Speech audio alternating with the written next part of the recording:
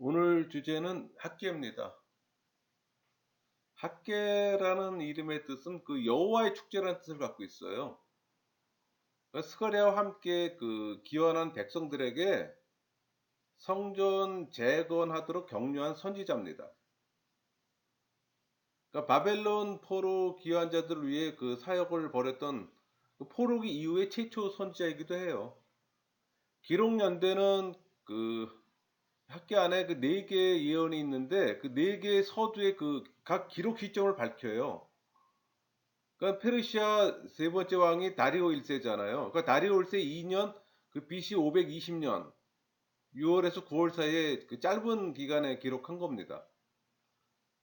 전체 내용은 간단해요. 그 중단된 그 성전 재건 촉구와 또 재건 사역을 재개한 후에도 그 성전의 그 외섬을 보고 많은 사람들이 실망했어요.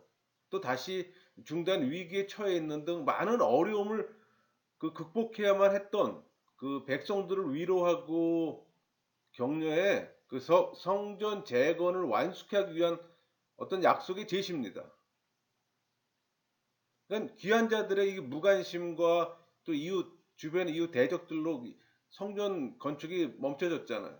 그러니까 하나님께서는 학계를 통해 또 성전 건축을 촉구하시고 또 현실의 어려운 경제난에 시달려서 나태한 신앙과 무기력한 성도들에게 참 신앙을 회복하고 또 주의 일에 힘쓸 것을 말하고 있습니다. 그런 내용으로 이루어져 있어요. 학계서는 그 선지서가 소선지서가 12권 있잖아요. 10번째 책입니다. 그러니까 바벨론 포로 기한 후에 쓰여진 세 권의 책이 있는데 그게 학계 스가랴 말락이잖아요. 근데 이 학계에서는 그 세 번째 중에 첫 번째입니다. BC 520년 6월에 그 재개된 그 스룹바벨 제2성전 그 건축 공사 전후 상황을 배경으로 해서 성전 건축 공사의 재개를 촉구하는 내용이에요. 또 이 어렵사리 전개된 공사를 또 격려하기 위해서 선포된 또 예언서이기도 하고요. 시대적 배경은 바벨론을 정복한 바사, 페르시아죠.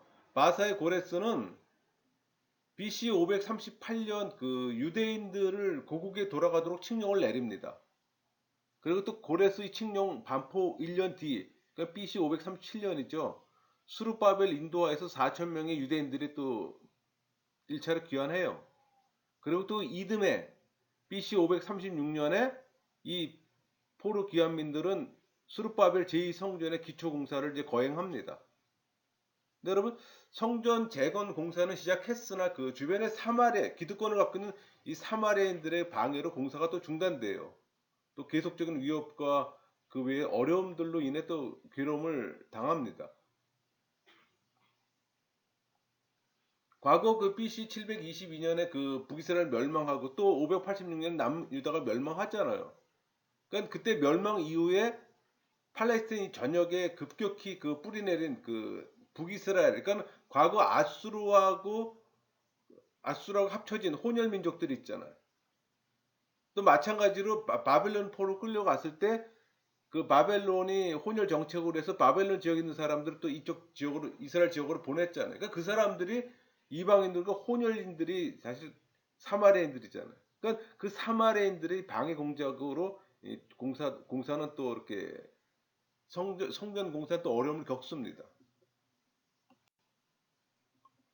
그러니까 사마리아인들의 이 우여뿐만 아니라 폐허처럼 그 방치됐던 예루살렘과 그 주변 지역들을 또 개간해요. 근데 사실 개간하는 일 자체가 쉽지는 않아요. 항상 주변 족속들의 약탈, 뭐 또 약탈뿐만 아니라 자연재해, 또 그때 어, 흉작, 흉작으로 인해서 사실 포로 귀환민들의 사기와 의혹은 또 바닥을 칩니다. 또 거기에다가 고레스 뒤를 이어서 바사 제국의 왕에 오른 그 캄비세스 2세, 이 캄비세스 2세는 실질적으로 이스라엘 이 변방 쪽은 관심도 없었어요. 그러다 보니 고레스가 약속했던 원조조차도 중단되는 겁니다.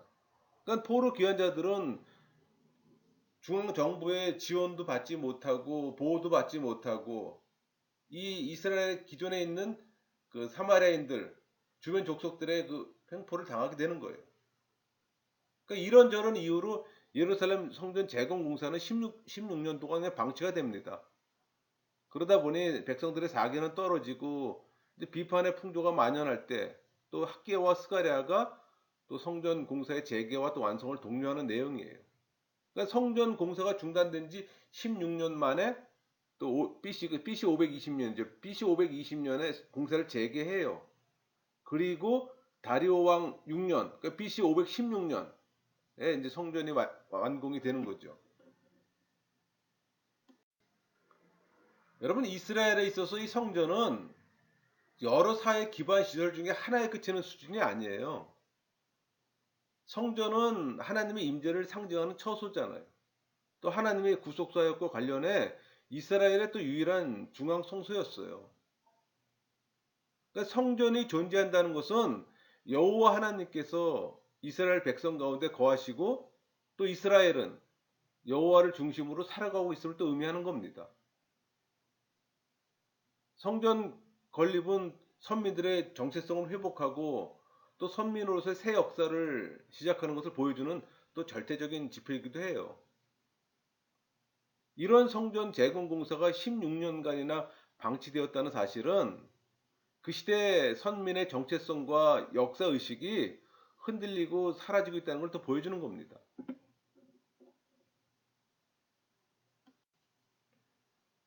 하나님께서는 BC 520년 6월 학계를 통해 귀한 신세대를 향해 중단되어 있던 이 성전 재건 공사의 재개를 촉구하는 내용입니다. 그리고 이 성전 재건 공사가 재개된 이후에도 거듭해서 당신의 메시지를 통해 또 격려하셨어요. 그리고 학계보다 2개월 뒤에 스가랴 또 선지자가 일어나서 성전 재건 사업을 독려합니다. 그러니까 BC 520년 6월 말쯤 재개된 이 성전 재건 사업은 BC 510년 10월에 완공됩니다. 여러분, 학계에서 2장 3절 보면 너희 가운데 남아있는 자 중에 이 성전의 이전 영광을 본 자가 누구냐? 이제 이것이 너희에게 어떻게 보이느냐? 이것이 너희 눈에 보잘것없지 아니하냐? 이 2장 3절의 본문 내용으로 추정해 볼 때 이 BC 586년에 파괴되었던 이 솔로몬 성전을 아마 직접 보았던 걸로 추정이 됩니다. 그러니까 학계 예언은 BC 520년 6월에 선포됐어요. 그렇다면 학계는 늙어서 예언 활동을 했던 겁니다. 학계와 같이 활동한 스가랴는 자신의 책 전반부에 학계 선지자와 거의 동일한 시기에 선포한 이 성전 재건 공사 동료를 위한 어떤 일련의 예언들을 기록했어요. 그러니까 후반부에서는 그로부터 한 40년 후인 그 BC 480년에서 470년 사이에 수여된 이 메시에 관련 예언들을 수록했잖아요.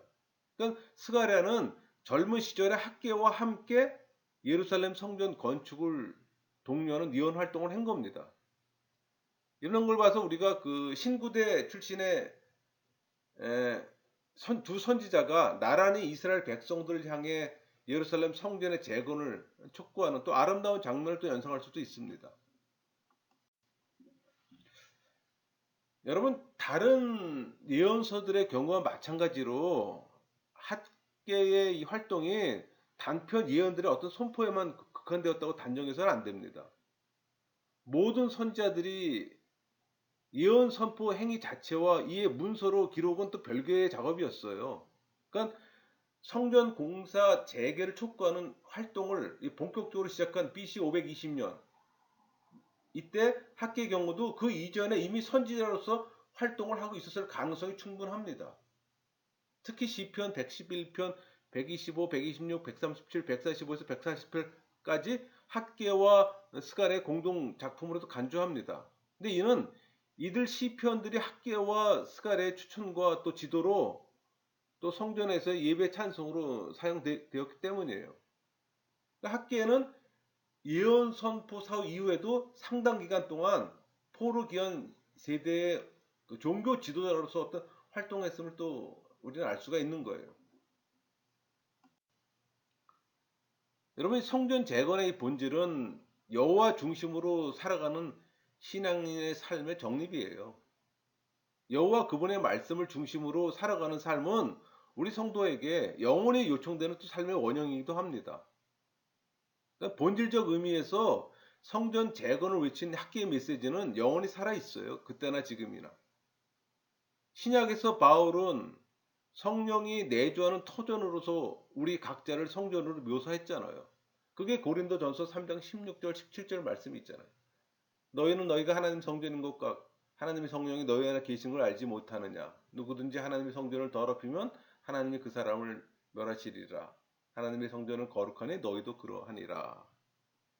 또 그리스도 안에서 하나 되어 또 교회를 이룬 연합체로서의 우리에 대해서 에베소서는 또 이렇게 얘기합니다. 그의 안에서 건물마다 서로 연결해 주 안의 성전이 되어가고 너희도 성령 안에서 하나님의 거하실 처소가 되기 위하여 그리스도 예수 안에서 함께 지어져 가느니라. 이렇게 가르쳤습니다. 그러므로 이 순간 성전 중심으로 살아가는 우리의 삶의 실상과 성전으로서의 우리 자체와 또 교회 현실에 또 다시 한번 돌아보는 또 시간이 필요한 겁니다. 여러분 학교에서는 스룹바벨 제2성전 건축 공사 재개를 하는 재개를 어떤 촉구하는 네 편의 단편 예언적으로 이루어져 있어요. 이 네 편의 예언들은 그 첫머리에 예언의 선포 시기와 1차 수신자를 명기하고 있습니다. 또 이 네 예언들은 성전 재건 공사의 그 재개 시점을 기준으로 구분해요. 그래서 첫 번째 예언은 공사 재개 이전의 예언이라면은 2, 3, 4 예언은 공사 재개 이후의 예언들입니다. 그런 구분이 좀 필요해요. 또 예언의 기본 동기 관점에서 구분하면 이 제2 예언은 성전 재건공사 어떤 필요성과 당위성을 강조하면서 공사 재개와 또 계속을 촉구 내지 독려하기 위한 예언이에요. 네 번째 예언은 성전에 따른 축복 약속을 제시합니다. 또 격려하기 위한 예언으로도 나누기도 하고. 그래서 학계에서는 전체 분량이 짧아요. 굳이 구분할 필요 없이 이 네 편의 단편 예언들의 내용을 그대로 요약하면 오히려 더 일목요연한 이해가 가능합니다. 좀 더 자세히 보면은 첫 번째 예언이 1장 1절에서 15절까지이잖아요. 그러니까 이 내용은 이제 성전 재건 사역의 어떤 중단으로 그 선민 책망을 통한 어떤 성전 재건 공사의 재개 촉구예요. 또 선지자를 통한 이 말씀에 순종한 또 이스라엘 백성들을 또 그 백성들이 또 성전 재개 사역을 또 재개하는 거고. 그리고 두 번째 예언은 다리오 제2년 7월 20일인데 옛 성전과 비교한 이 성전의 왜소함. 그러니까 이 솔로몬 성전을 비교를 하는 거예요. 지금 얘기하는 건 스룹바벨 제2성전을 얘기를 하는 거고. 그러니까 솔로몬의 성전보다 이 스룹바벨 제2성전이 비교하면 굉장히 왜소해요. 그러니까 왜소함을 지적한 또 비판자들이 있었을 거 아니에요. 그거로 인해 또 성전의 우월한 영광과 어떤 임재 약속을 통한 그 어떤 성전 재건 공사의 기록된 위로를 또 메시지로 전하고 있습니다. 세 번째 예언은 그 2장 10절에서 19절까지인데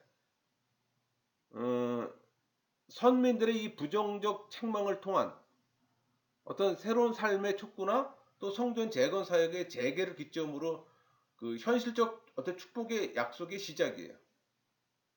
그리고 또 네 번째 예언은 2장 20절에서 23절까지인데 스룹바벨을 상징적 대표로 해서 열국 심판을 예언합니다. 또 이 스룹바벨이 피택이라고 그러지 피택된 그 어떤 위임을 통해 종말론적 그 축복을 또 약속하는 거고 그런 내용으로 이루어져 있습니다. 그러니까 짧은 내용 요약에서도 알 수 있듯이 성전 재건은 결코 지연할 수 없는 시대적 사명이에요. 동시에 이를 또 근거로 해서 저주와 뭐 축복의 명함이 엇갈리는 은혜와 또 저주의 또 절대적 근거이기도 합니다. 또 성전은 건물의 외양이 아니라 거기에 임재하시는 하나님의 존재와 또 거기에서 이루어지는 하나님과 선민의 참된 관계에 의해서 또 그 영광이 또 빛나게 되는 영적 처소이기도 합니다. 그리고 또 성전은 인생에게 하나님과 동행하며 또 하나님을 중심으로 살아가는 자들을 위한 또 현실적 축복과 아울러 또 영원한 종말론적 축복의 가장 확실한 터전이기도 합니다. 여러분 학개서를 읽을 때마다 우리는 성전으로서의 우리 자신과 성전의 주인이시고 또 그 안에 임재하시는 성령과의 관계는 현재 어떤 상태에 있는 것인지 다시 한번 또 돌아볼 시간을 갖는 것도 필요합니다. 그럼 이제 그 키아즘 구조 관점에서 한번 설명을 하겠습니다. 1장의 장제목은 성전 재건 명령이죠.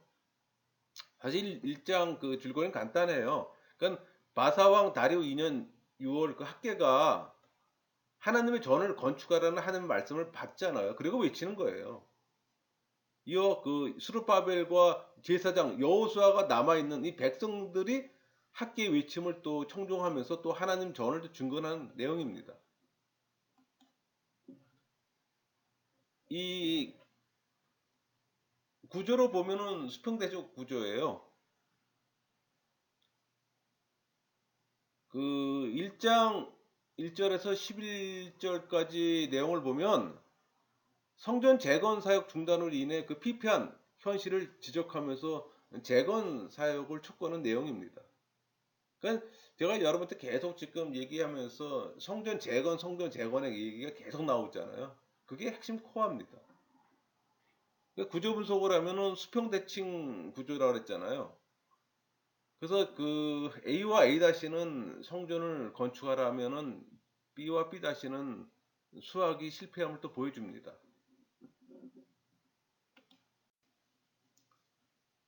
1장 12절에서 15절까지 내용은 그 학계 선지자를 통한 그 하나님 말씀에 그 순종한 백성들이 성전 재건 사역을 재개하는 겁니다. 구조 분석을 하면 A와 A-는 이스라엘의 사람들이라면 핵심 테마 B는 학계 예언이 되겠죠. 2장 장제목은 성전의 영광이에요. 2장도 마찬가지로 내용은 거의 유사합니다.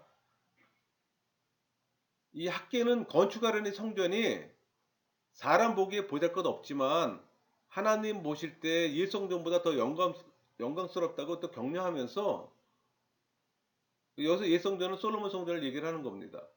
백성들이 용기를 주고 또 성전 재건에 착수할 때부터 그 소산물이 풍성케 드리라고 또 약속을 해요.